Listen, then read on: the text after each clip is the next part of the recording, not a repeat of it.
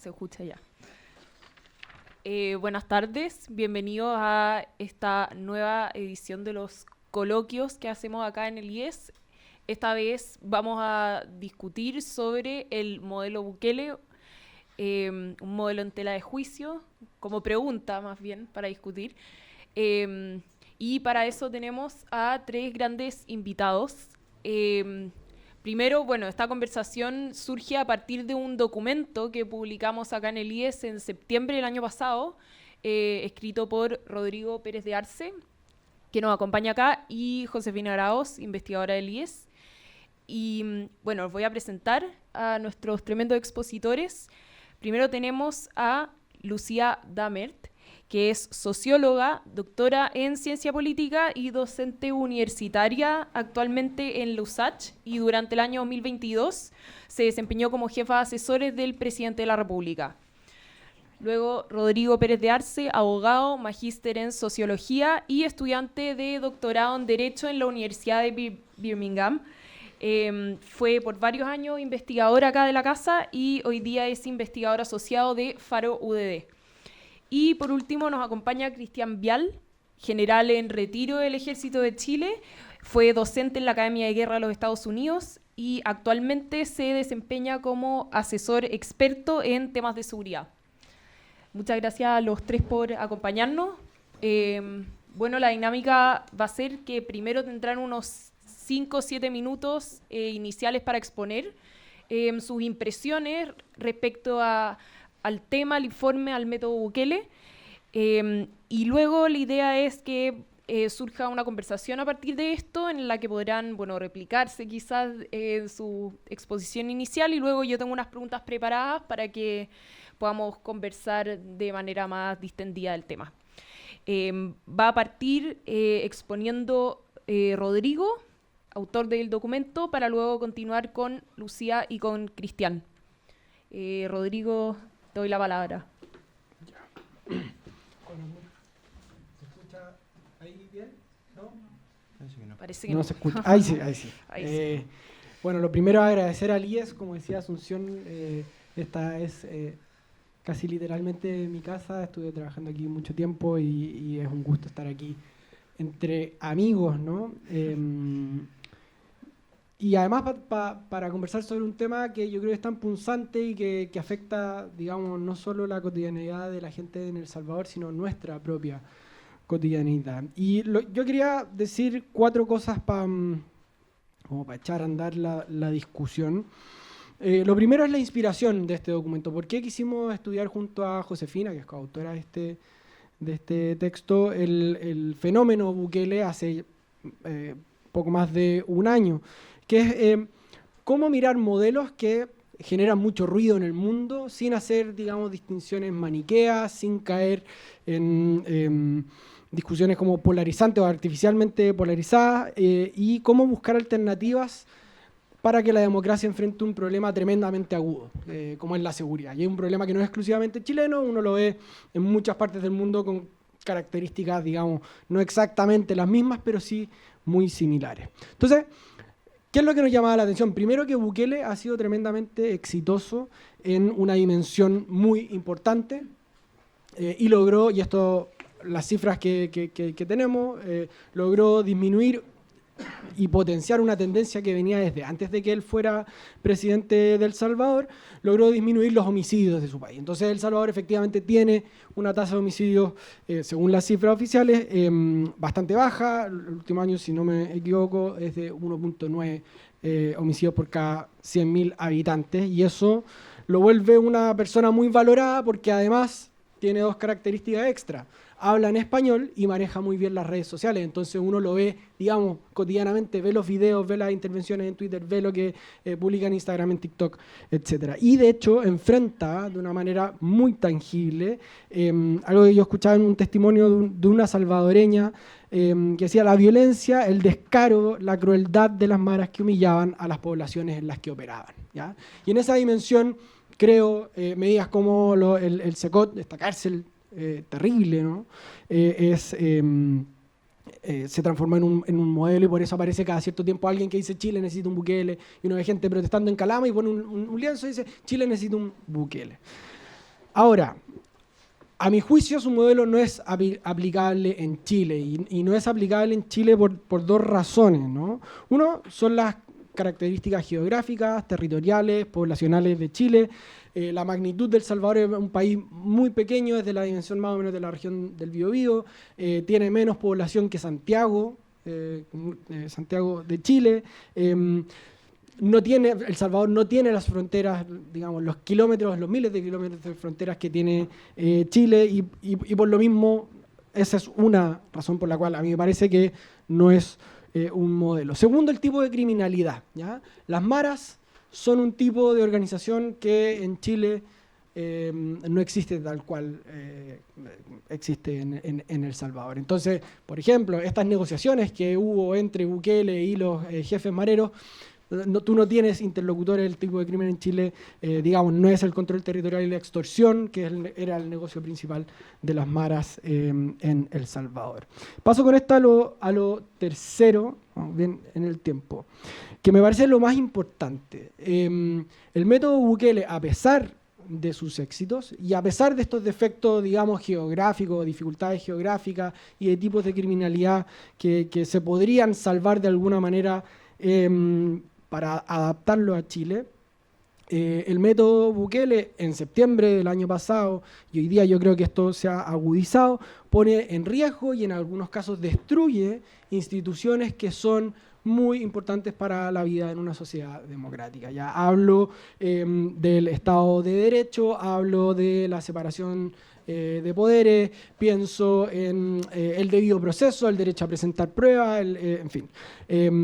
Testimonios hay montones y quizás en las preguntas salen, ¿no? Pero digamos, en Bukele hay un régimen que es peligroso y que, por ejemplo, para quienes defendemos el rol de la sociedad civil en un entramado social sano, las últimas semanas Bukele tomó una decisión muy controvertida que en la práctica asfixia a las instituciones de la sociedad civil. Y también está la duda respecto de estos pactos con las maras. Parece que fue una pausa virtual más que una erradicación del crimen. Y con esto llego a lo último que quería decir para que partiéramos la conversación. Es que a pesar de que el cuadro, o sea, de que en Chile no, o que el modelo Bukele no debiera aplicarse en Chile por los motivos que recién describía, el cuadro en Chile no es auspicioso. A mí me parece que no es ninguna novedad hablar de que tenemos una crisis en seguridad, que estamos enfrentando formas de criminalidad que son diferentes, que exigen mucho más de nuestro Estado y necesitamos eficacia, no solamente en seguridad, necesitamos eficacia si es que queremos revincular a la ciudadanía con las instituciones. Y cierro con una idea que creo que va a ser relevante ahora que estamos en un año electoral, que es que a mí me parece que el próximo gobierno va a tener que hacer un uso mucho más intenso y novedoso de las herramientas coactivas de las que dispone el Estado. Hablo de herramientas coactivas y no de fuerza porque esto no se soluciona simplemente sacando militares a pegar balazos, como a veces se quiere caricaturizar.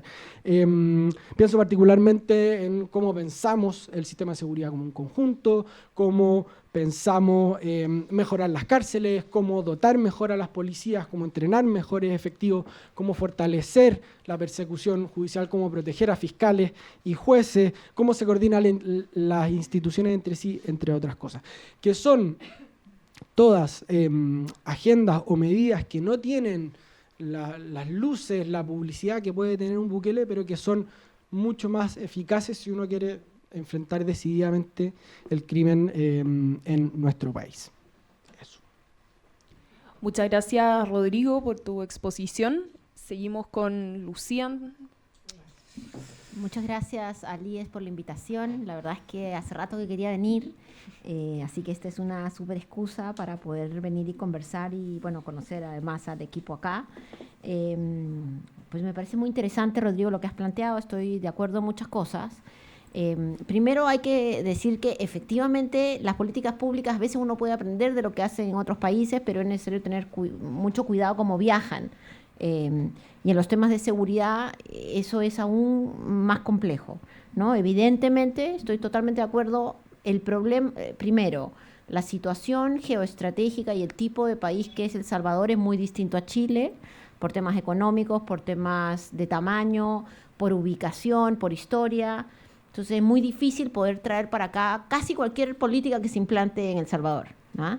Básicamente, digamos, están todavía, por ejemplo, en la apertura hacia China, nosotros no la vamos a hacer igual, en fin. Segundo, el problema de seguridad que tienen ellos es un problema totalmente distinto al problema de seguridad que nosotros creemos que ellos tienen. Ellos no están enfrentando la gran crimen organizado transnacional. De hecho, son pocas las drogas que pasan por El Salvador. El problema central de El Salvador es, como Rodrigo decía, bandas criminales constituidas principalmente por jóvenes que fueron abandonados por parte de sus familias que migran, ¿cierto? Porque el objetivo de la población en El Salvador es migrar, principalmente, que son jóvenes que tienen enormes dificultades, enormes problemas y que se convierten en estas pandillas de control territorial que terminan extorsionando pobres. O sea, lo que uno ve en El Salvador, yo pues, le estaba diciendo acá a la gente del IES que escribí un libro que se llama Las Maras, hace creo que 20 años, se me va cayendo el carnet, que justamente lo que mostraba es que los pobres chicos de Las Maras habían sido abandonados por los padres, luego violados por los abuelos a los que habían quedado a cargo, luego en la calle, luego maltratados por el sistema. Digo, es una sumatoria de carencias que es muy distinto a lo que uno ve cuando habla de mercados ilegales. Y entonces, sin embargo, el presidente Bukele, que uno, es ideológicamente flexible porque fue de izquierda, y ahora, no sé bien qué representa, pero está ahí, ¿no es cierto? O sea, eso es importante reconocer, porque algunos creen que es como de una raigambre política clave. No. Segundo, usan los medios de comunicación y especialmente las redes sociales también de una forma flexible. A veces él pone, por ejemplo, 0 homicidios. Y uno no sabe si es hoy día, en la semana, el último mes, hace 6 meses. Pero bueno, como lo pone y todo el mundo retuitea, hay muchas personas que creen que cuando le llega el mail, el Twitter de él, es que hoy día hubo 0 homicidios. No. Tercero, hay una persecución al periodismo feroz, y lo que acaban de hacer de ahogar al periodismo independiente de El Salvador es muy fuerte. Hay muchas organizaciones de la sociedad civil que han tenido que salir de El Salvador. La decisión que tomó Bukele respecto a las criptomonedas, por ejemplo, una decisión en el mundo de la economía que es difícil de entender. Y por supuesto, la solución al problema de las maras no es una solución nueva. Es verdad que en El Salvador en el 2012 ya hubo un presidente que hizo una política que se llamaba la mano dura y el siguiente presidente le llamaba la super mano dura, que fue, de hecho, sí, así se llamaba. Y llegaron a un acuerdo con las maras y hubo un periodo donde también bajaron significativamente tanto las extorsiones como los homicidios. Ahora el presidente Bukele ha logrado efectivamente bajar los niveles de extorsión, que eso es tal vez lo que más le afecta a la ciudadanía y lo que la ciudadanía agradece, y también los homicidios, pero lo que estamos sabiendo es que es una paz mafiosa, ¿cierto? Es un acuerdo político con las organizaciones criminales. Todos más o menos sabemos qué pasa después, ¿cierto? Cuando uno llega a ese tipo de acuerdos, entonces ahora tocaría esperar a ver qué pasa.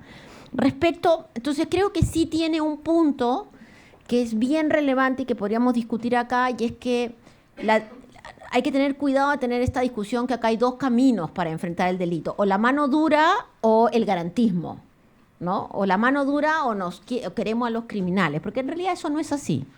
Y yo creo que cuando Bukele instala el tema de la mano dura, si ustedes quieren, y eso viaja alrededor de América Latina, y muchos de nuestros candidatos y bueno, políticos de toda América Latina van a tomarse la foto en la puerta de la cárcel, nos permite discutir que todos queremos que haya justicia y que todos aquellos que cometen delitos vayan a la cárcel, ¿cierto? Sin embargo, como estamos en sociedades donde no queremos matar al otro, necesitamos que las cárceles no sean cárceles donde agarran a 600 jóvenes y hacen juicios sumarios, donde dicen todos son culpables, todos para adentro, o donde la política es darle 600, como las 600 calorías al día para que no tengan capacidad de digamos, de hacer nada dentro de la cárcel, ¿cierto? O sea, yo creo que ahí hay una conversación civilizatoria, si tú quieres. Dicho eso, yo quisiera solo saltar al cuarto punto que tú planteas del tema Chile.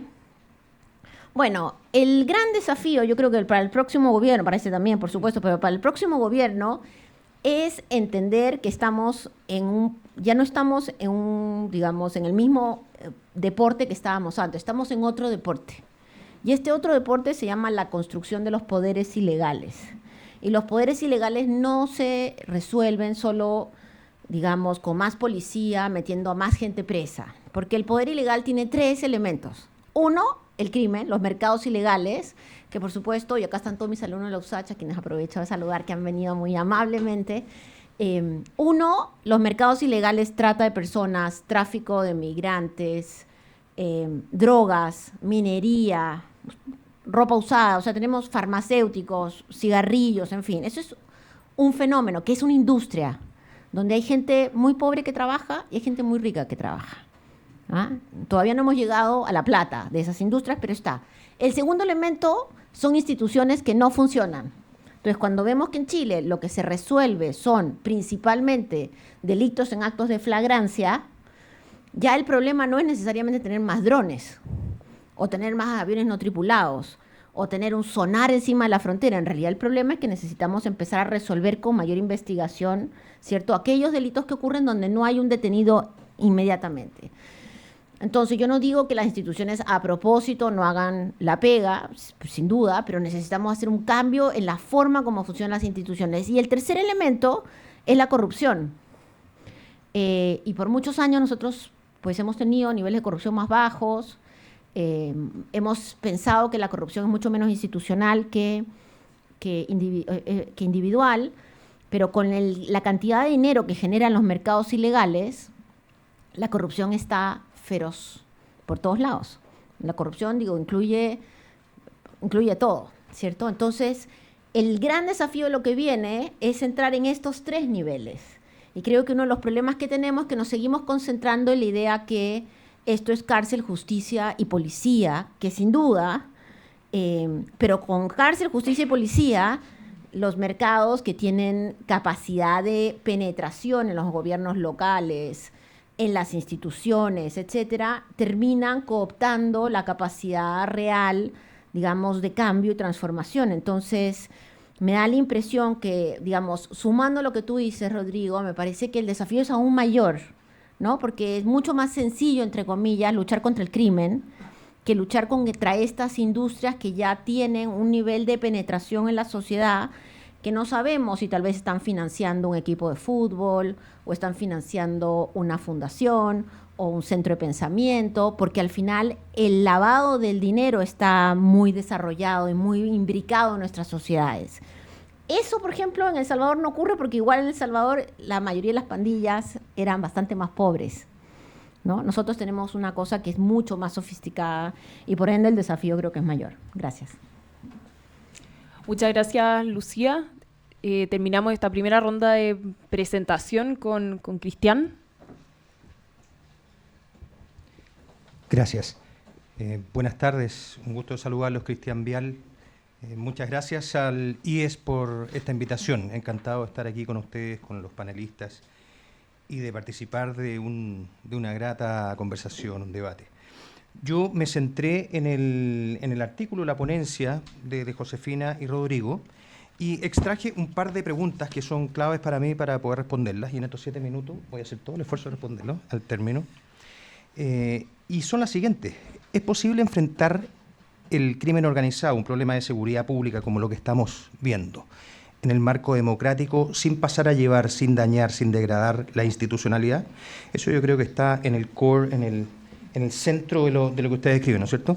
Y otra que es más mía, que también la extraigo de eso: ¿es posible solucionar un problema grave de seguridad solo con institucionalidad? Yo creo que eso es lo más profundo de este artículo.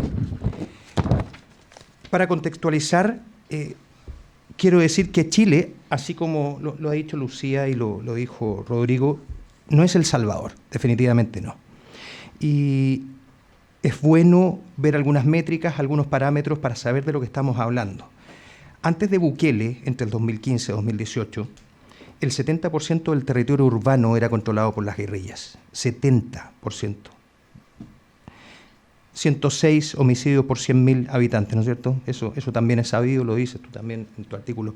Nosotros estamos con esta percepción de seguridad con 6 por 100.000 habitantes. Un índice de percepción de corrupción global 105 sobre 180 países. Nosotros en ese momento teníamos 26, éramos el 26. 2 expresidentes, Funes y Saca, fueron procesados en ese mismo tiempo, en periodos anteriores, una década anterior, por malversación de fondos. 3 puntos métricas de desarrollo humano, un PIB per cápita de $4.000. Nosotros ya habíamos pasado los 15.000 en ese tiempo, fuera de los 24.000 que estamos ahora. Pobreza de ingreso, 30%, igual por ingreso, y multidimensional también en los mismos parámetros, 30%. Nosotros en ese tiempo teníamos 16.9%. O sea, esa es la diferencia. Definitivamente la incapacidad que tenía antes de Bukele el Estado de El Salvador de responder con eficacia al problema de seguridad pública y a todo lo que compromete la seguridad pública y la política pública, era muy baja la respuesta. Una condición de fragilidad, claro, no era un Estado fallido, no era como Somalia ni como Yemen, pero sí estaba en una condición deplorable. De ahí la conformidad con la democracia de un 3% en ese tiempo. Entonces, una primera subconclusión que yo creo que es válida en este minuto. Bukele comienza su mandato ya con un deterioro institucional alto. Y él gestiona la política pública, el problema de seguridad, con lo que tenía disponible en un marco institucional muy difuso, muy difuso. Yo creo que es importante hacer la distinción porque también está la percepción que dentro de esta eficacia que muestra Bukele ha generado un deterioro institucional, pero venía también de antes. Bueno, dicho eso, que Chile no es El Salvador, nosotros también tenemos una crisis de seguridad que es gravísima en Chile y sobre todo por los índices de percepción. Cuando uno lee a Paz Ciudadana, se da cuenta de esto. Y fíjense que, y ustedes van a compartir esto conmigo, yo creo que remece mucho cuando uno se da cuenta que en Chile somos uno de los países más atemorizados, según Paz Ciudadana, del mundo. 45%, o sea, casi 1 de 2 chilenos siente mucho temor de sufrir un homicidio. Esa es la realidad. Eso es lo que estamos hablando. 81% de las personas se sienten inseguras al caminar de noche por su casa. ¿Se fijan? Es tremendo. A lo mejor esta percepción no la tenemos los que estamos en esta sala, pero esto es lo que está sucediendo en Chile. Fíjense. Bueno, y los niveles de temor más altos en 23 años. Solo un 44% dice que está conforme con la democracia. 1 de cada 3 le da lo mismo si el régimen es autoritario o democrático, lo cual constituye una alarma, ¿no? Una alarma. Bueno, pero además de eso, en mi opinión, hay algo más serio, que es esta cultura de ilegalidad y de anomia que estamos viviendo en Chile, y que se está extendiendo por todo el territorio. Creo que hay un punto de inflexión ahí, hay algo que agrava esto pudo haber venido de antes, pero a partir de octubre del 2019, ahí hubo un daño inconmensurable, no solo al Estado de Derecho, sino que al cumplimiento de la ley. Ahí se relajaron todos lo que cubría, lo que hacía que hubiese apego a la norma, además de debilitar a quien hacía cumplir la norma, que fue Carabineros, ¿no? Y también la primera institución tomadora de decisión del país, que fue la Presidencia. Y eso generó un relajo que vemos ahora desde gente que no cumple las leyes del tránsito, hasta el sicariato, los crímenes que vemos y todo lo que hay entre eso, ¿no es cierto? Y también veo que hay un mensaje producto de lo mismo, hay un mensaje inconsistente en el apoyo a los que deben ejercer la fuerza legítima del Estado. Bueno, eso es en mi opinión, lo que resume a Chile, habiendo dicho que Chile no es El Salvador. Pero ¿cuáles son lo que podemos extraer de Bukele. Primero, la priorización en seguridad como eje central de política pública, ¿no? El liderazgo ejercido también para enfrentar la crisis, el fortalecimiento de las fuerzas de seguridad, un efectivo uso de la infraestructura penitenciaria y, muy importante, en mi opinión, la recuperación territorial, que es un desafío que tenemos nosotros con mayúsculo. Bueno, el desafío es gestionar este conflicto que estamos viviendo nosotros institucionalmente, por supuesto con una dosis considerable de fuerza legítima. Yo creo que ese es el gran desafío que tenemos en Chile. Se desprenden de esos varios. Repito, la gobernanza que debemos ejercer en cada rincón del territorio, lo que nos está sucediendo, por ejemplo, en la macrozona sur o en algunas partes de la ciudad. Recuerdo una vez, estando desplegado en Ñuble, jefe de defensa, me dijeron que no fuera a ese lugar y yo, no deliberadamente, pero por equivocación me metí. Salí con un auto baleado y lleno de piedrazos. Eso es lo que recuerdo, eso fue el 2021. Eso es lo que sucede en Chile, eso es una realidad. Bueno, el combate a la narcocultura creo que es otro de los grandes desafíos porque la narcocultura permea, compite con la cultura de nosotros y puede reemplazar en muchos aspectos. Generar la necesaria cooperación internacional global, porque como decía Lucía y Rodrigo, es distinto el fenómeno. La criminalidad en El Salvador son locales, son grupos, pandillas locales que trabajan mucho con la extorsión, aunque la extorsión también, lo que saben de crimen, tiene un impacto psicológico muy alto, de mucho temor. Pero en el caso de Chile es distinto, porque las amenazas que estamos teniendo son transnacionales y tenemos que cortar esos vínculos y atacarlos también fuera del territorio. No renunciar a una política integral que considere también la prevención, la integración y la reinserción, eso también debemos ponerlo sobre la mesa, y fortalecer la institucionalidad. Finalmente, para responder la pregunta, las dos preguntas que hice, la repito, ¿es posible enfrentar eficazmente la seguridad pública en el marco democrático respetando la institucionalidad? Por supuesto que sí. Y yo creo que Chile tiene suficiente institucionalidad para aplicar un modelo propio, con la necesaria dosis, y en eso tenemos que convencernos, la necesaria dosis de aplicación de la fuerza legítima, porque esto incluso... Le pregunté a la inteligencia artificial, me dijo que no era posible. Es muy, muy bajo el porcentaje de éxito si no lo hacemos. Y dentro del Estado de Derecho, por supuesto. Segundo, la urgencia de combatir el crimen organizado y de conservar la institucionalidad no es dicotómico, no lo tenemos que ver así. Por el contrario, no es lo uno o lo otro. Una política sensata que incremente también, que considere, aparte de la inserción, del trabajo que tenemos que hacer en las comunidades, que considere la fuerza legítima con el crimen, por supuesto, va a fortalecer la institucionalidad en vez de debilitarla. Porque tomando las palabras de lo que ustedes escribieron, hay una mayor validación de parte de la población por la misma eficacia. Y finalmente, ¿es posible solucionar el problema grave que tenemos solo con institucionalidad? Sí es posible, en mi opinión. Por supuesto que es posible. Entendiendo que no solo es mano blanda, también es mano dura con el crimen, con los criminales, la legítima fuerza del Estado. Y aquí viene un problema que tendríamos que hacer otro conservatorio, pero con esto termino. Y es la dependencia absoluta que tenemos de quienes están mandatados a ejercer esa fuerza, que son las policías y en estado de excepción constitucional las Fuerzas Armadas. Estamos en ese debate y todavía no lo solucionamos. Y ellos son los que tienen que hacer ese trabajo.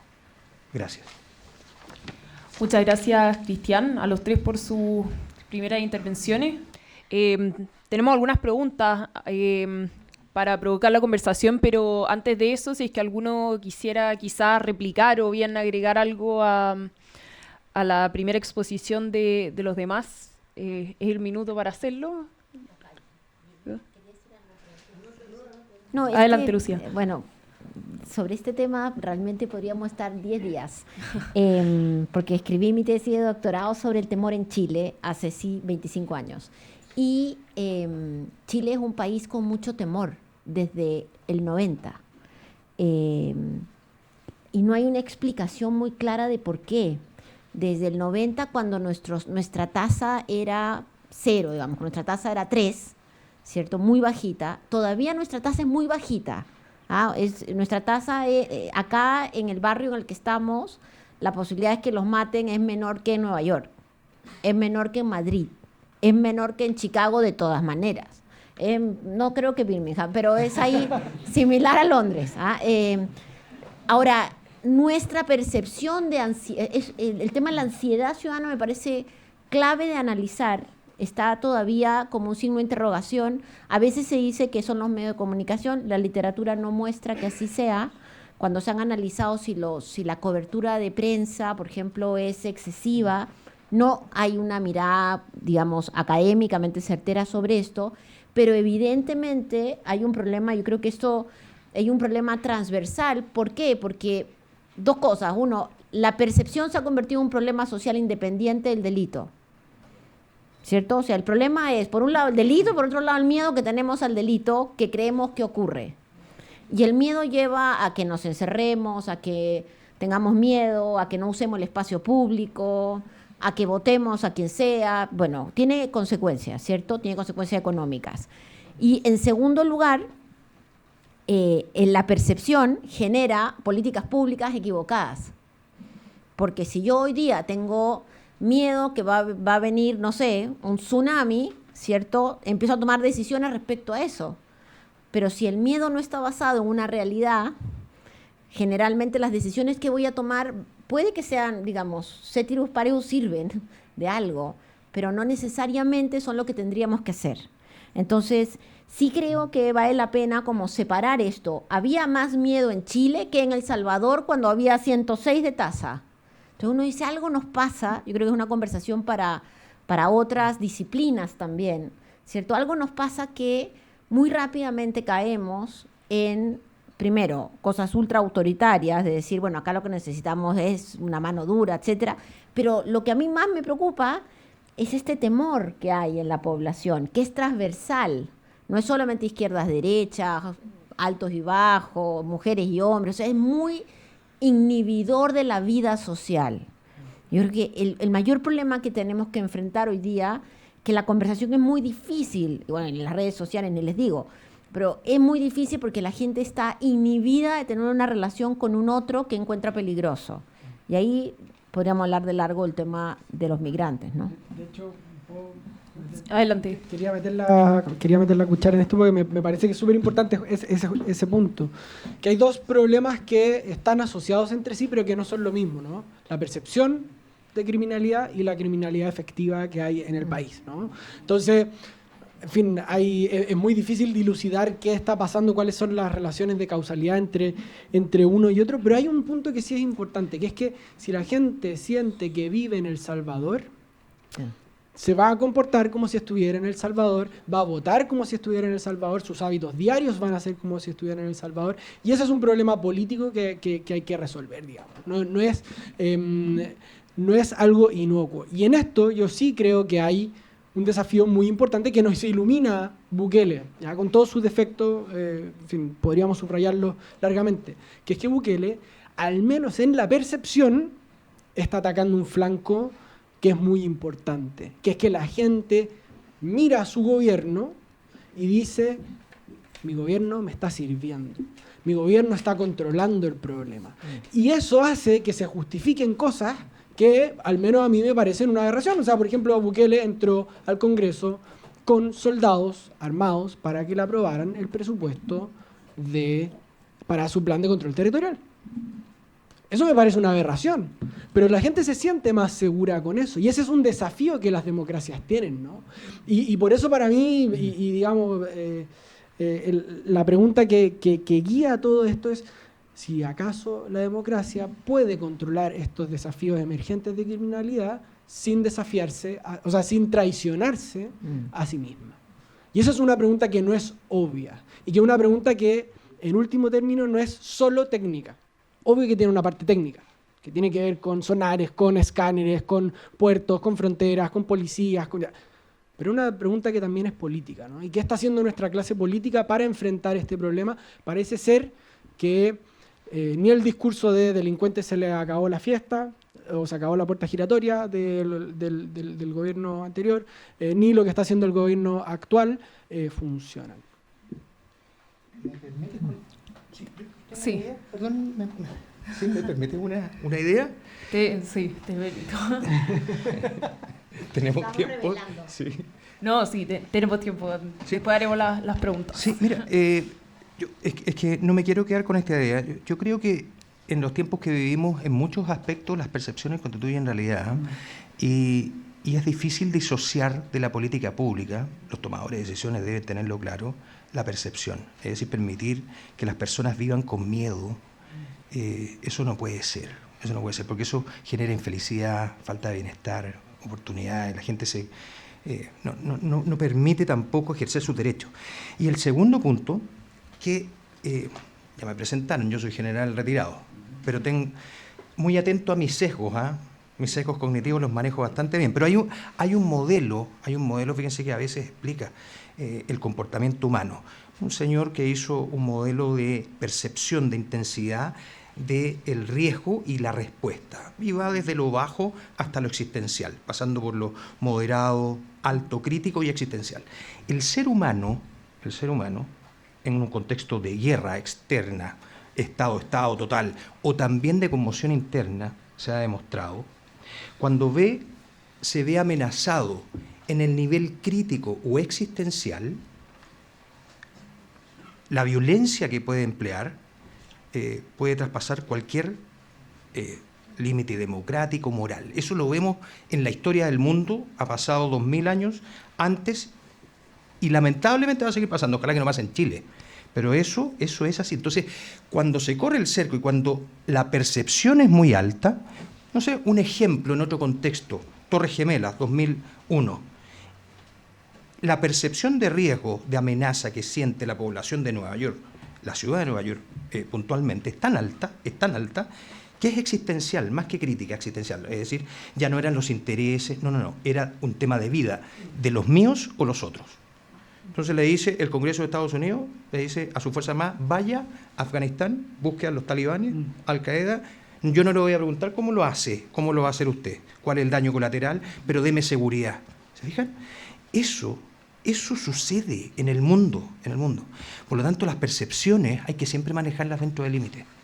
Esa es mi reflexión. No solamente en la guerra, sino que también en las crisis internas. Hay que tener mucho cuidado con eso. Muchas gracias. Bueno, como pregunta para seguir con esta conversación, teniendo en cuenta algunos datos relevantes para la discusión política, especialmente de cara a las presidenciales, por ejemplo, según CADEM, Bukele es el líder político extranjero mejor evaluado. Un 82% de los encuestados le pone una nota entre 5 y 7. O sea, como dato de la causa, a la ciudadanía le gusta Bukele. Y por más que existan, si bien quizás diferencias entre las percepciones y entre la criminalidad efectiva, han cambiado las formas de criminalidad en Chile en los últimos años, delitos violentos, por ejemplo. Y candidatos presidenciales como Kast, por ejemplo, que en el mes de abril, por ejemplo, dijo en redes sociales más Bukele y menos Boric.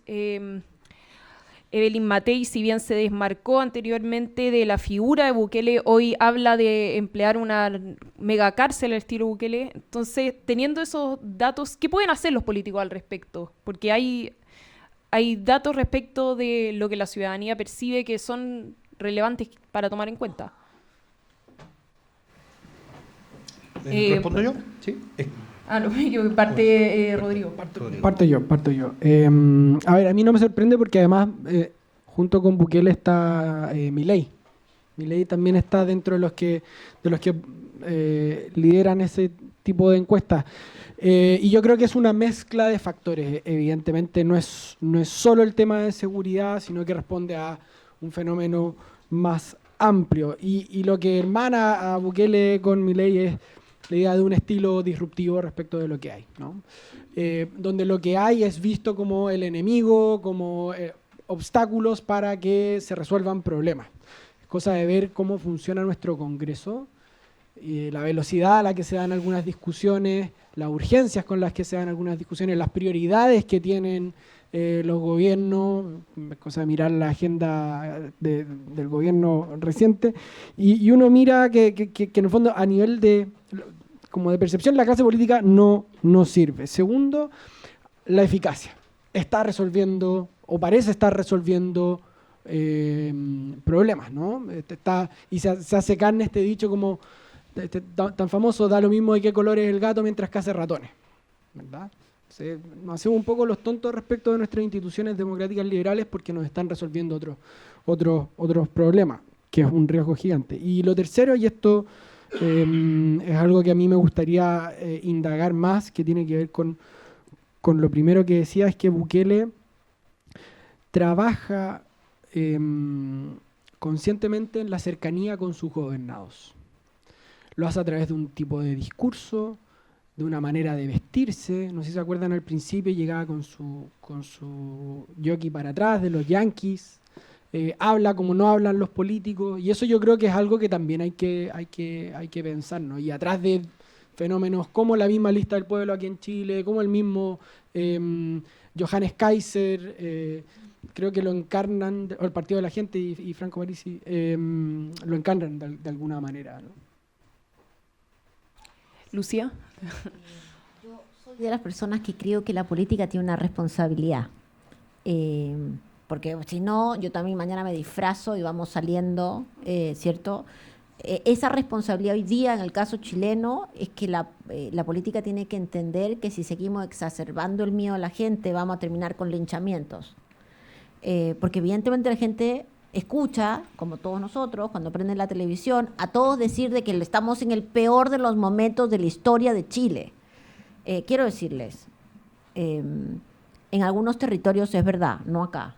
Es verdad que en algunas comunas, Santiago Centro, Estación Central, hay enormes problemas, además de vinculación, pero uno necesita también tener un nivel de reflexión por parte de la política que creo que hoy día no hay. No hay porque además tenemos el récord de gente presa hoy respecto al pasado.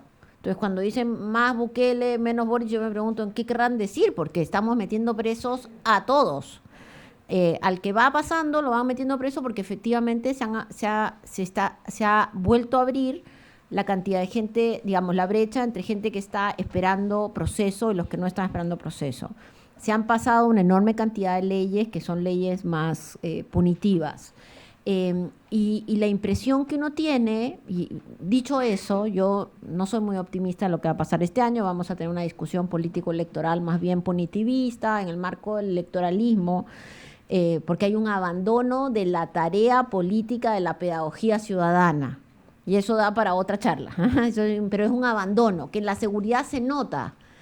Volvemos a salir con, bueno, hagamos una cárcel en una isla, todas cosas que en el desierto, ojalá que sufran, no les demos de comer, como si era gente que fuera a desaparecer y no vaya a salir al sistema de nuevo, ¿cierto? Y cuando salen peores, por culpa nuestra. Lo mismo que el sistema de trato a los jóvenes en sistemas de protección a los jóvenes. Cuando uno dice, bueno, ¿de dónde salieron? Bueno, salieron, nosotros los tuvimos, el Estado los tuvo. El Estado auspició una carrera criminal. Sí, lo que pasa es que eso no lo estamos mirando, pero muchos de los que terminan presos de grandes fueron auspiciados por el Estado en el desarrollo de su carrera criminal porque no le estamos poniendo lucas a lo que deberíamos de ponerle lucas, que son los sistemas de menores, en fin. Pero dicho eso, yo sí creo que ha habido y tú lo presentas bien, ha habido un cierto apresuramiento de algunos, porque el sistema carcelario de El Salvador tiene una cárcel grande, donde además está todo tipo de las teorías conspirativas, que hay arreglos para meter ahí algunos y no a otros. No me voy a meter en eso porque eso son teorías conspirativas, pero el resto del sistema carcelario sigue siendo la misma situación de antes.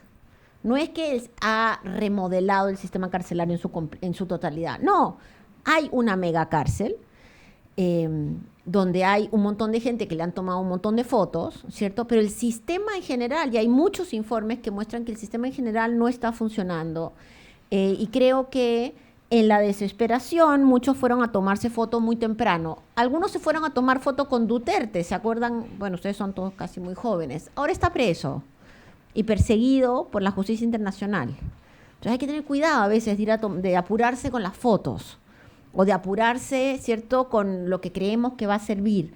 Más aún en El Salvador, que ya no funcionó ni la mano dura ni la supermano dura, y el de la supermano dura quedó preso por corrupto. Entonces, ahí yo creo que hay unos problemas. En el caso chileno, tú bien lo decías, yo creo que efectivamente hay unas tareas importantes que hacer. Muchas de esas tareas no las estamos implementando porque estamos en una discusión que es una discusión que podríamos decir de huevo y la gallina, ¿no? ¿Qué hacemos primero? ¿Resolvemos la pobreza o resolvemos...? Y en realidad el problema que estamos enfrentando no es un problema de pobreza, no es un problema de desigualdad, es un problema de mercado. Entonces, empecemos a pensar que acá en Chile cada día se vende más droga, que acá en Chile la gente compra los celulares robados, que acá en Chile la gente contrata migrantes que son ilegales y que han sido traficados a Chile, que la gente llama a mujeres que están en situación de explotación sexual, que la gente tiene niños que han sido traficados de otros países.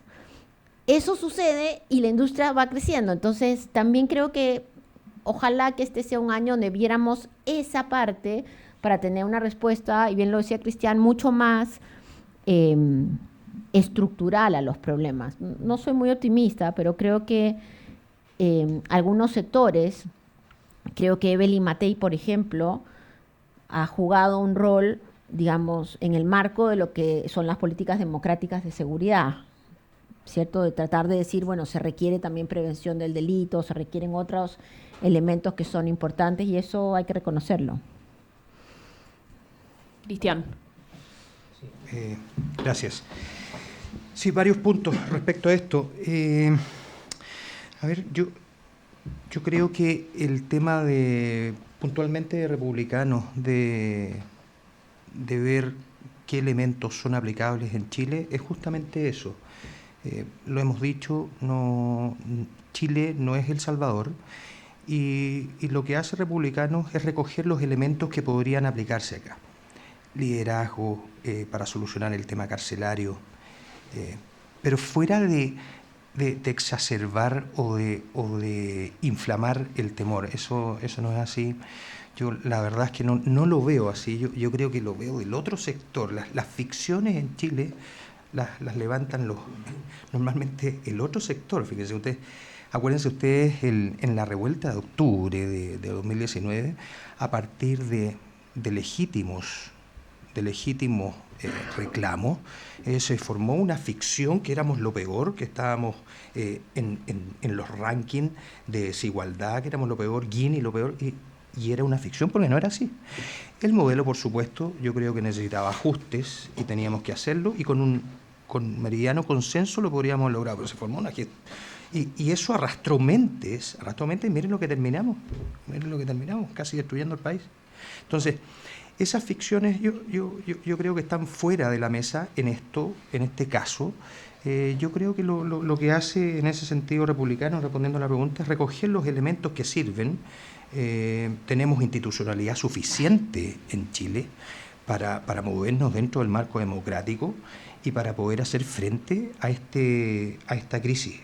Primero, yo creo que cuando también se dice más Bukele, más Boric, es justamente eso, es la determinación, el liderazgo para poder enfrentar el tema. Hay una baja efectividad, lamentablemente para Chile, con el presidente Boric, hay una baja efectividad en el control de esto. Esto ha sido así. Es complejo, por supuesto. Es de difícil gestión, por supuesto. ¿Es solamente doméstico? No, esto también viene de afuera porque es una amenaza transnacional. Sí, todo eso.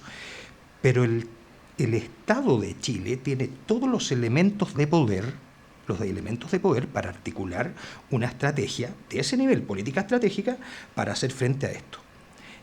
Y quiero ponerle el acento también en eso, porque lo dije. En el debate veo que se saca, no sé si deliberadamente, intencionadamente, pero a lo mejor no se percibe así, el uso de la fuerza. Y lamentablemente el uso de la fuerza institucional, legítimo, hay que aplicarlo. Ese es un deber del Estado. Ese es un deber del Estado. Entonces, es eso, no es más que eso.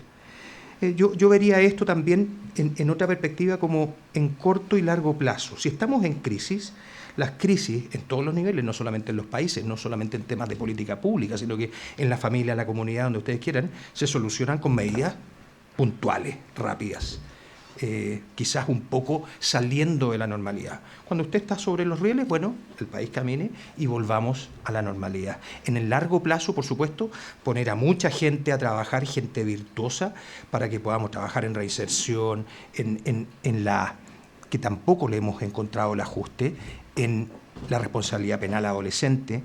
Ahí también tenemos que trabajar. Bueno, pero eso no quita esta dosis que, insisto, de emplear la fuerza legítima contra el crimen. Ese es mi punto. Bueno, la próxima pregunta iba relacionada un poco con lo que tú decías, Cristian, respecto de las herramientas institucionales con las que cuenta actualmente Chile para salir adelante de esta crisis. Y en ese sentido, si acaso el modelo de Bukele no sería aplicable, por lo menos en su totalidad, en el caso de Chile, entonces, ¿qué hacemos? ¿Qué pueden hacer los políticos entendiendo las instituciones que tenemos? ¿Creen que ha habido quizás falta de voluntad para emplearlas o bien para sacar adelante las reformas necesarias? Y bueno, ahora quizás podemos hacerlo en el orden inverso, Cristian. Yo creo que parte de la respuesta de esa pregunta la respondí, ¿no?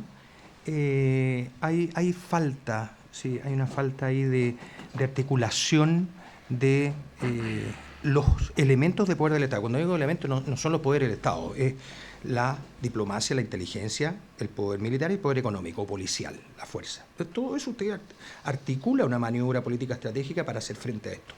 Eso existe, eso podemos hacerlo. Bueno, hay una medida también legislativa que tenemos que también mejorar, lo que se llama mano dura y que a veces molesta mucho, pero tenemos que hacer que la criminalidad se inhiba.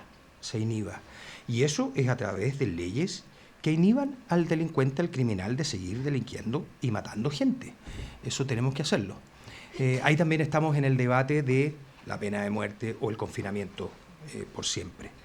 Eso también tenemos que definirlo y nosotros estamos claros que es por el confinamiento. Parece que eso, según estudios muy, muy serios, trabaja mejor en la psiquis del criminal y se inhibe, le tiene más miedo a el confinamiento absoluto que al morir o al matar a otra persona. Y parece que es evidente así, un criminal que mata a otra persona porque no tiene aprecio por la vida de la otra persona ni por la de él, ¿no? Bueno, yo creo que también en Chile, respondiendo a tu pregunta, estamos, y en esto tenemos que poner mucha atención, tenemos que resolver el debate respecto al respaldo que le entregamos a quien ejerce la fuerza legítima, ese es Carabineros, y las Fuerzas Armadas eventualmente en caso de excepción constitucional. Eso es un debate, las RUF están saliendo, van para tercer trámite legislativo, van a mixta ahora, pero todavía no salen más con algunos. Unos le quitan la proporcionalidad, otros...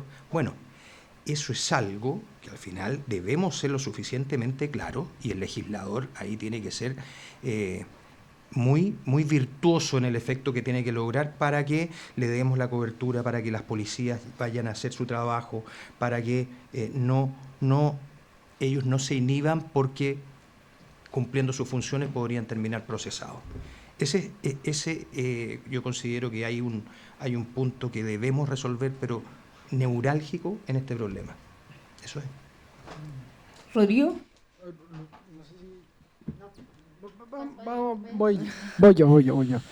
Nadie tiene la varita mágica en esto, obviamente. Es un problema complicadísimo, con muchas partes, y uno puede dividir en medidas de corto, mediano y largo plazo. Yo creo que hoy día tenemos un problema en las cárceles muy serio, no solo o no exclusivamente de tener más cárceles, tenemos sobrepoblación carcelaria y hay que resolverlo de alguna manera, sino que, por ejemplo, cómo segregas tú delincuentes según compromiso delictual.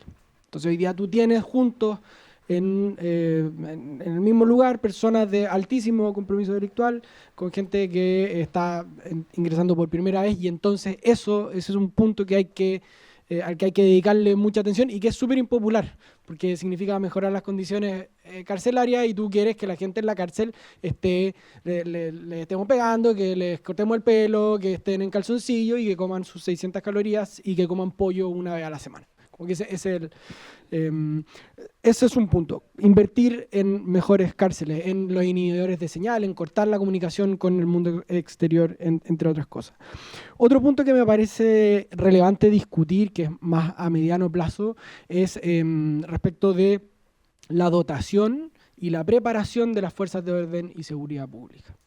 Hoy día, y esto lo digo con el mayor de los respetos por la institución, yo creo que el fenómeno criminal le está ganando al Estado de Chile y le está ganando particularmente a Carabineros. Y eso explica en parte, y lo digo con mucho respeto, o sea, lo digo con mucha preocupación, y eso en parte explica que se apele a las Fuerzas Armadas para resolver este tipo de conflictos, ¿no? Y entonces tenemos medidas como la que se discutió, no recuerdo si fue el año pasado o el antepasado, de incorporar en las patrullas de Carabineros sus fusiles UCI, ¿no? Que en algún sentido, claro, uno necesita que estén mejor armados y mejor preparados, y en otro sentido es un riesgo. Es un riesgo tener Carabineros que en algunos casos no saben emplear las armas que tienen. Esto lleva a temas muy pedestres. ¿Ustedes saben cuánta plata hay destinada para que los carabineros practiquen tiro al año? Es mínimo. Carabinero puede disparar, al menos cuando yo lo investigué, y puedo estarme equivocando en el número, pero puede disparar 30 tiros al año para practicar. 30 tiros. No, o sea, no es nada, ¿no? Creo además, y esto algo que mencionó Cristian muy bien, aquí todas estas herramientas son súper relevantes. Obviamente la prevención es algo a lo que me gustaría dedicarle más tiempo, pero por tiempo no alcanza, y a la educación, en fin. Hay un tema político, evidentemente, y el gobierno actual se enfrentó a un problema que no pensó que se tenía que enfrentar, para el cual no tenía herramientas. Fueron muy injustamente, a mi juicio, críticos, tanto con Carabineros como con las Fuerzas Armadas. A pesar de las críticas que yo mismo acabo de hacer, fueron injustamente críticos. Se habló de refundación de una manera tremendamente injusta. Y entonces tuvieron que ponerse un poco a improvisar en su momento, porque el problema les reventó en la cara. Ahora, ojo, este no es solo un problema del Frente Amplio. Hay mucha gente que promete mano dura y no tiene mucha claridad respecto de qué hay que hacer, ¿ya? Entonces también hay que tener mucho cuidado con decir, oye, no, sí, aquí vamos a correr balas. Que yo desconfiaría de cualquiera que les prometa que el problema se soluciona corriendo balas. Pero si yo tuviera, digamos, 1 millón de pesos, lo pondría sobre todo hoy día, dadas las circunstancias actuales, en las cárceles, sobre todo. Estoy de acuerdo con varias cosas que se han dicho. Quisiera hacer como un matiz respecto a los problemas que tiene Chile. Y tenemos 3 niveles de problemas. El primer nivel es que tenemos mucha violencia. Mucha violencia. Ha aumentado los femicidios, ha aumentado la violencia contra las mujeres en la calle, ha aumentado la violencia en los colegios, ha aumentado cómo se pegan entre médicos, enfermeras, pacientes, el primo del paciente que viene a pegarle. O sea, tenemos un problema que no tiene que ver con esto que estamos hablando, pero que sí tiene que ver, porque después uno va y se toma, que ese es otro problema que tenemos, la gente está alcoholizada, ¿cierto? Entonces, en el marco de que resolvemos todos a patadas, porque estamos resolviendo todo a patadas, si no, vaya manejando y vea cómo te grita el de al lado cuando uno está más lento, ¿cierto? Tenemos de verdad que yo siento que tenemos unos problemas que esto no es solamente terminar, eso es una cosa que está instaladísima en la sociedad, transversal, ricos y pobres, todos. ¿Ah? Estamos en una situación de una polarización política también, pero sobre todo de una violencia social instalada. Sobre eso se construye un segundo nivel, que es el segundo nivel que requiere políticas públicas distintas a las que estamos hablando, que es muchos jóvenes, acuérdense, solo en la región metropolitana 60.000 jóvenes salieron de la educación con la pandemia y no volvieron. Nadie sabe dónde están, No creo que el 100% estén en la delincuencia, pero seguro están en la informalidad. Seguro no tienen un futuro muy claro, ¿no? Para eso no hay ni una política, ni auspicioso, para eso no hay ni una política pública y nadie está hablando de eso. Estamos esperando meterlos presos, eso es lo que estamos esperando, pareciera. Mucho de eso está muy vinculado con fenómenos de precariedad laboral, de precariedad de vida, de consumo de drogas problemático, en fin, de problemas de sobrevivencia en las calles, y eso genera pandillas, genera robos cotidianos, en fin. Para ese tipo de situaciones uno necesita policía comunitaria, uno necesita a los alcaldes. Yo soy fan de los alcaldes. Realmente creo que si los alcaldes los puedes meter a identificar a estos jóvenes, logras desbaratar una parte que es la parte primordial de lo que viene después, que es de lo que estamos hablando, que es el tercer nivel, que son los mercados ilegales, que son las drogas, las ventas. Y la verdad es que ya lo dijeron los gringos hace 50 años, para este tercer nivel hay que perseguir el dinero, porque esto es un negocio. Entonces ustedes van y toman, yo vendo droga, ustedes todos venden droga, se los llevan presos, consigo 100 más que vendan. Porque hay un problema de oferta y demanda también. Y la gente, lamentablemente, no se disuade porque su alternativa, la disuasión funciona cuando tú tienes una alternativa. Pero si tu alternativa es morirte de hambre, o que tu familia, porque no va a ir al médico, porque nadie lo va a atender, no, se va a morir, al final del día la disuasión del castigo no funciona a ese nivel. Entonces sí creo que si yo tuviera estoy totalmente de acuerdo con lo que tú dices, de que hay que invertir en el sistema carcelario de todas maneras. Sin embargo, todos los estudios demuestran que cuando uno pone un pie en el sistema de justicia criminal, las probabilidades de no quedar metido en la vida delictual son bajísimas, acá y en Finlandia.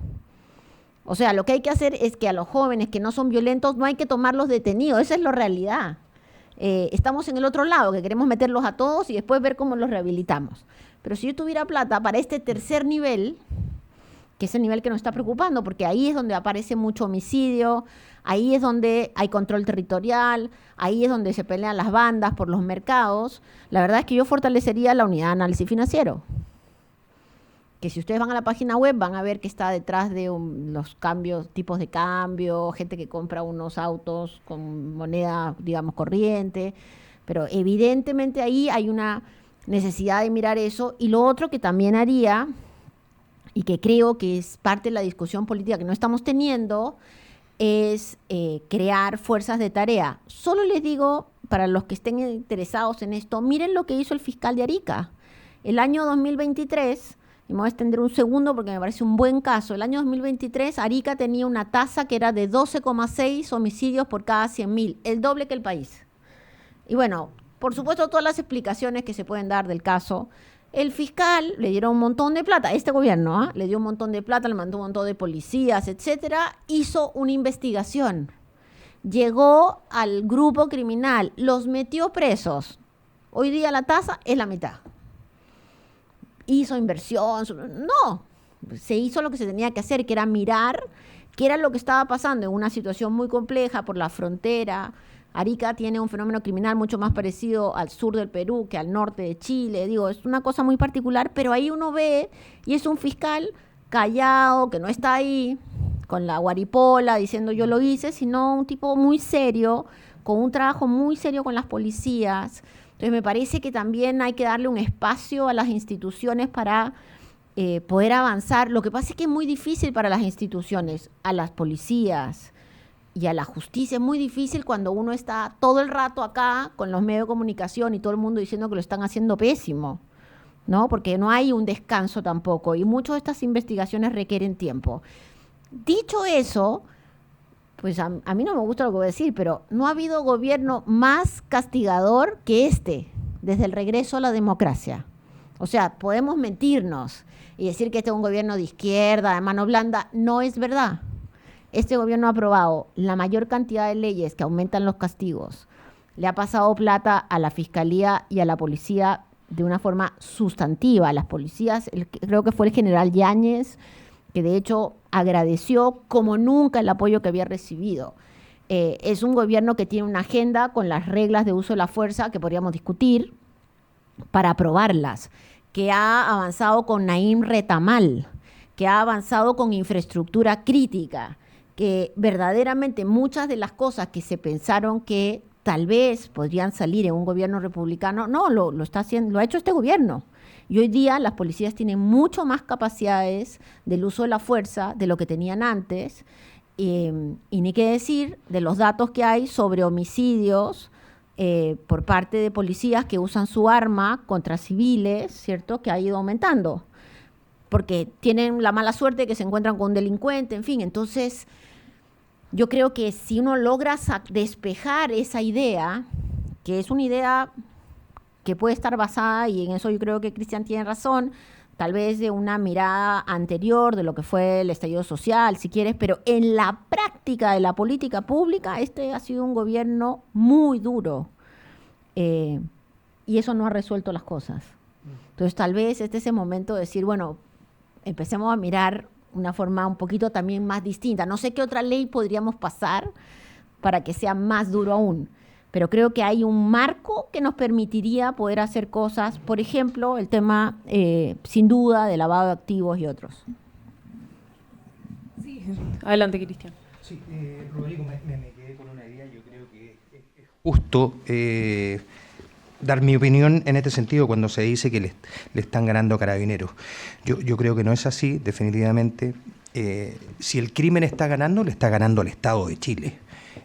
Eso es una verdad muy grande. Culpar a Carabineros de esto yo creo que podría ser hasta injusto. Y hay que recordar que para solucionar esto, esta mesa tiene varias patas. Una es la persecución penal por parte de la Fiscalía, que eso hay que también fortalecerlo.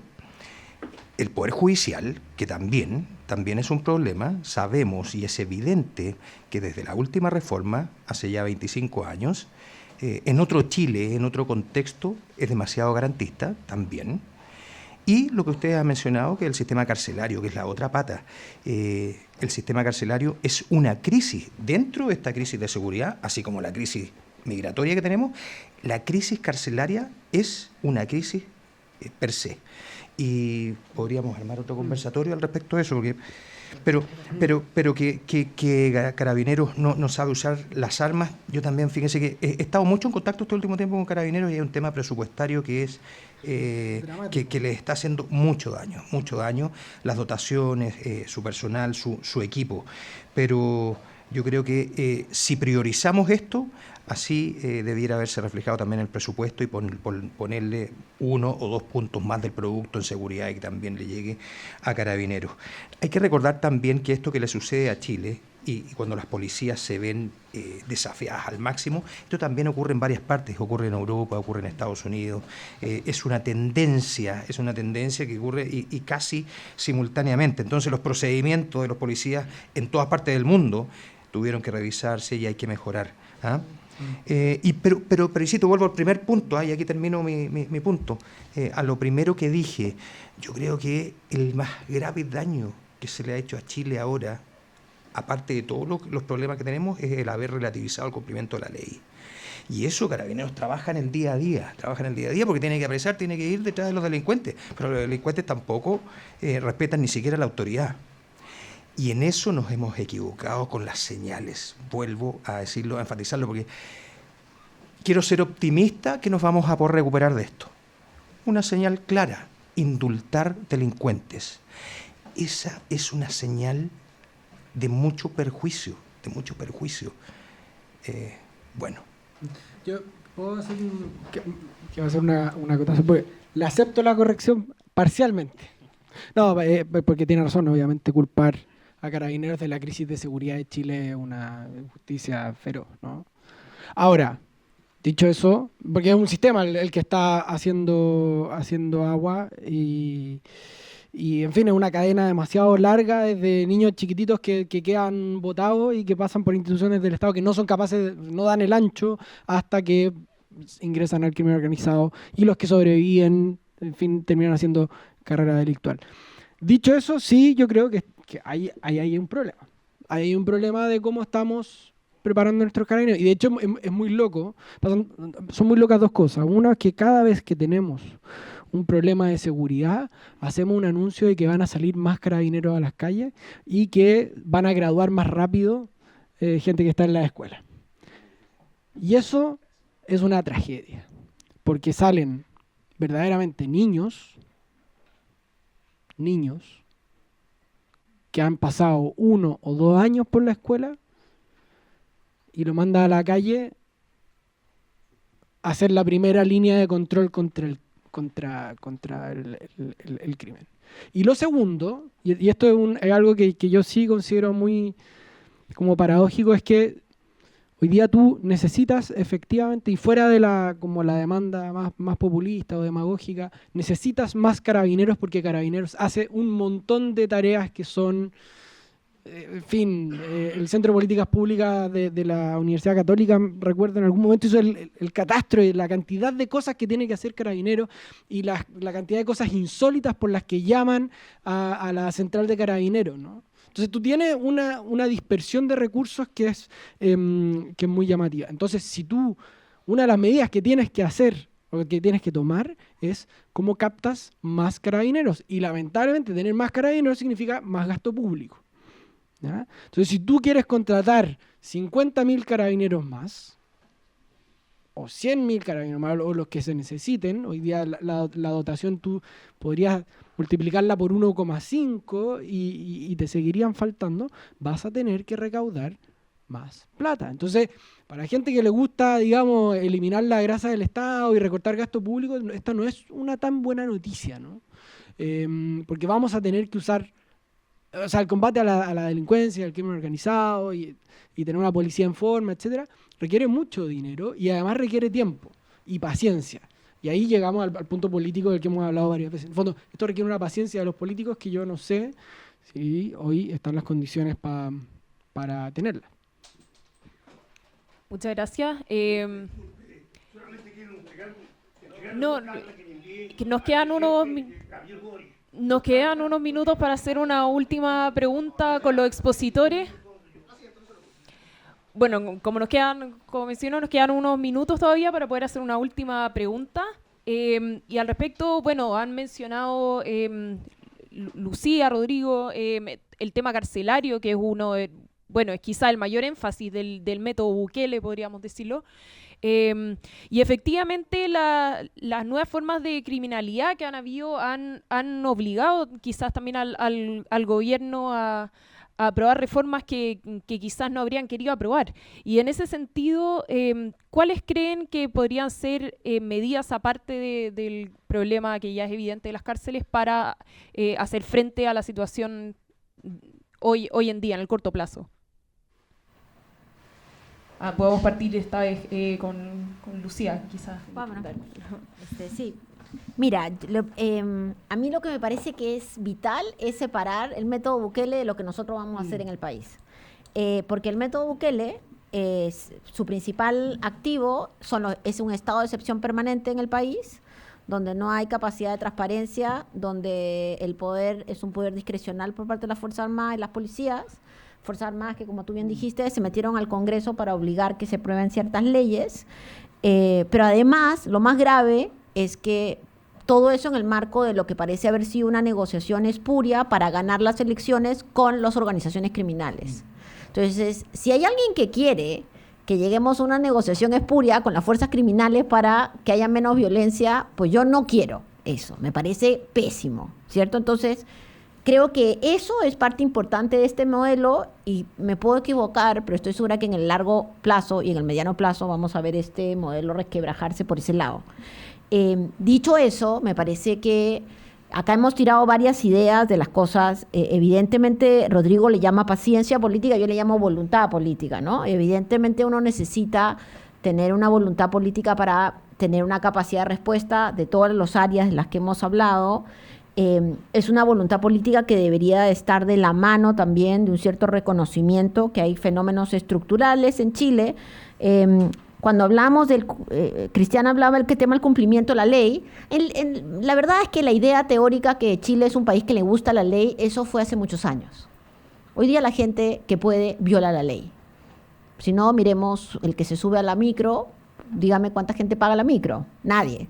El que puede no la paga, ¿cierto? Los que vamos en micro sabemos que, y los que se cuelgan del internet, y suma y sigue, hay muchas prácticas cotidianas de violación de la ley. Entonces hoy día estamos en una circunstancia de una cultura más de ilegalidad en muchas áreas que de legalidad en el país. Si a uno eso le suma el temor, bueno, entonces mi impresión es que podríamos tener 100.000 carabineros más, no va a ser suficiente, ¿cierto? No va a ser suficiente porque el temor de la gente lo que lleva es a que uno quisiera al carabinero en la puerta de su casa. ¿Eso va a resolver los problemas de violencia? No. ¿Un carabinero va a resolver el problema de la trata de migrantes o de tráfico de personas? No, porque se han movido, pues no sé, 500.000 venezolanos hacia Chile siendo traficados, y esa gente se movió a vista y paciencia de instituciones y personas. Entonces alguien permitió que se muevan. No todos pasan corriendo por la, digamos, por la frontera. Entonces, en términos prácticos, yo sí creo que hay un camino que se está desarrollando en el marco de la investigación criminal, que tal vez es todavía insuficiente, que puede ayudarnos a enfrentar el fenómeno de las organizaciones criminales. Sí creo que es muy insuficiente la lucha contra la corrupción. La lucha contra la corrupción no solamente en las Fuerzas Armadas y las policías y la justicia y la cárcel, sino también en los puertos, ¿cierto? En todos los lugares de entrada, todo lo que la literatura te dice que tiene que ser mucho más controlado. Sí me parece que tiene que haber un castigo mucho más grande a aquellos funcionarios públicos y aquellos que están en la política que terminan teniendo una relación extraña con el mundo del crimen, para mostrar justamente capacidades disuasorias.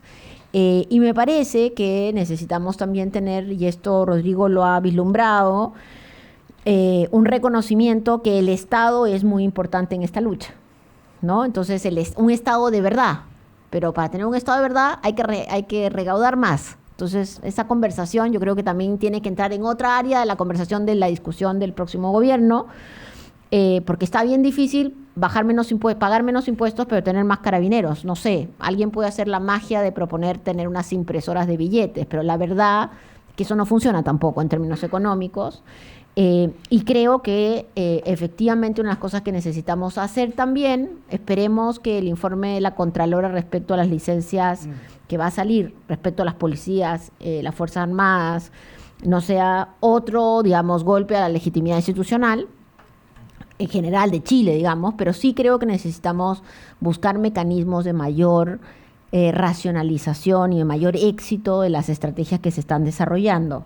Y por eso nos lleva, por ejemplo, a tener una mejor implementación de la Ley de Seguridad Privada, nos lleva a repensar mucho de lo que es la presencia policial en algunos territorios, y sí creo, y vuelvo a algo que se planteó inicialmente, que necesitamos darle capacidad a los gobiernos locales y a los gobiernos regionales para tomar decisiones, no en el gran tema del crimen organizado, sino en estos otros dos temas que les he planteado, de violencias y de crimen, para poder avanzar con mucho más rapidez, ¿no? Esto no es un problema del gobierno central.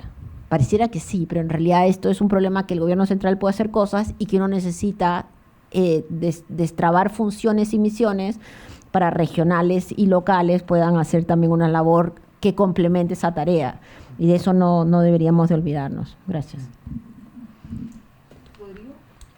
Ya, no, hay hartas ideas. Yo creo que, claro, el rol del Estado es central.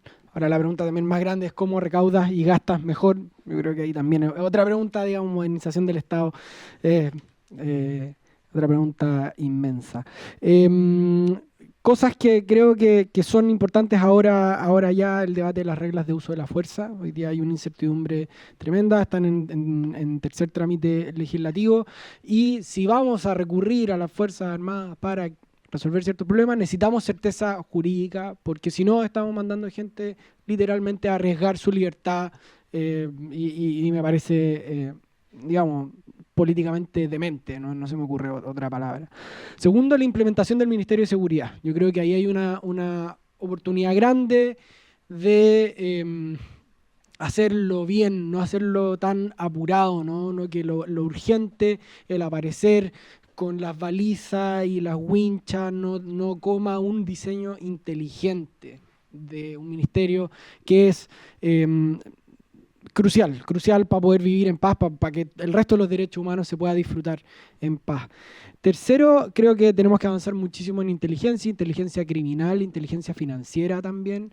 Esto tiene que ver con decisiones que se han tomado en el pasado, pero nuestra infraestructura, digamos, de inteligencia está bastante desarticulada, es bastante precaria, a pesar de ciertos avances que se han hecho. Yo creo que falta un montón ahí. Cuarto, la coordinación entre instituciones. Hoy día hay mucha información que está dando vuelta y que no cruza. De hecho, para ejemplificarlo con algo distinto, en este escándalo de las licencias falsas, el convenio entre la Suceso y Contraloría estaba, la PDI estaba. Y la información nunca fluyó de un lado a otro. Y nos venimos a dar cuenta 15 años, o sea, 10 años después del convenio. El convenio se renovó además. Dijeron, como esto está funcionando, vamos. Cero. Entonces, esa información tiene que cruzar entre las instituciones policiales, tiene que cruzar también cada una de las ramas de las Fuerzas Armadas, tiene también su dirección de inteligencia, cómo cruza esa información y se utiliza bien. Y finalmente, algo que me parece importantísimo es la eficacia de las decisiones judiciales. O sea, si un juez condena a una persona, sea lo que sea eficaz, que haya uso de la fuerza legítima suficiente para hacer eso.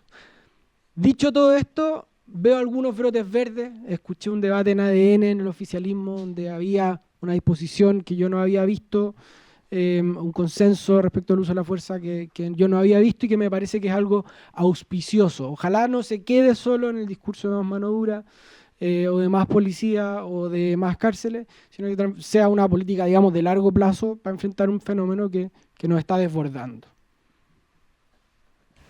Cristian, para finalizar. Sí, bueno, tu pregunta fue la final respecto al sistema carcelario. Daría para otro conversatorio, pero yo creo que es un tema muy, muy profundo y es una crisis que va a generar mucha gestión. Vamos a tener que poner muchas ideas para poder superar eso, porque el sistema carcelario está deficiente. Es un problema mayúsculo y es un tremendo desafío. Hay mucha gente bien en Gendarmería de Chile, pero también esta estructura que tiene, porque ellos son jerarquizados, pero tienen asociaciones, tienen gremios.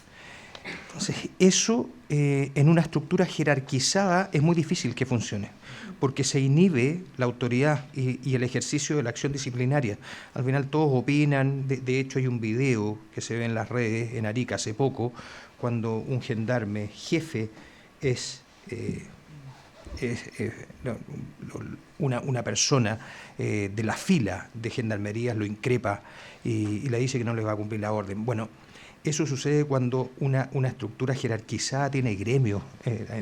Es algo que tenemos que poner atención, pero va a ser mayúsculo. El tema de la infraestructura, yo no me perdería. El tema del hacinamiento definitivamente es un problema mayúsculo. Estamos al 140% en este momento, o sea, una capacidad de 42.000 y tenemos casi 60.000 en régimen cerrado.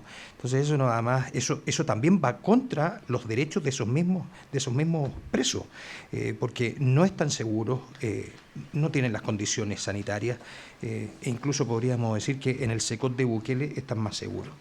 Oye, y finalmente terminar con una idea, así como lo han hecho todos. Yo apostaría por fortalecer las instituciones. Eso es lo que tenemos que hacer. Chile, y esta es la respuesta que di ante la pregunta, yo creo que tenemos la institucionalidad suficiente para hacer frente a esto.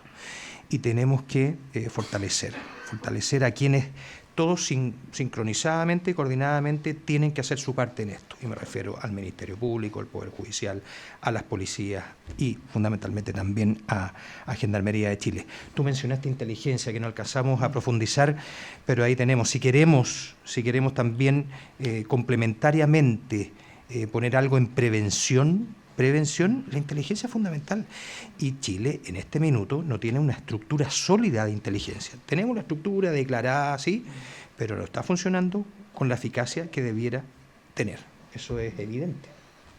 Gracias. Muchas gracias, Cristian, Rodrigo y Lucía, por sus interesantes intervenciones. Efectivamente, este tema da para mucho más, pero se tocaron ideas centrales respecto del modelo Bukele, de cuál es la situación en Chile. Y bueno, antes de cerrar este coloquio, me mandan a dar los avisos parroquiales, como se dice, de esta institución. Y lo primero es que el próximo martes 3 a las 18:30 tenemos una lectura de fondo sobre Vargas Llosa, tensiones literarias y políticas, a las 18:30 aquí en la casa. Y bueno, lo otro es que esta conversación que acabamos de tener va a estar disponible en las redes sociales del IES, en YouTube, a partir de los próximos días. Así que muchas gracias a los tres y nos vemos el martes.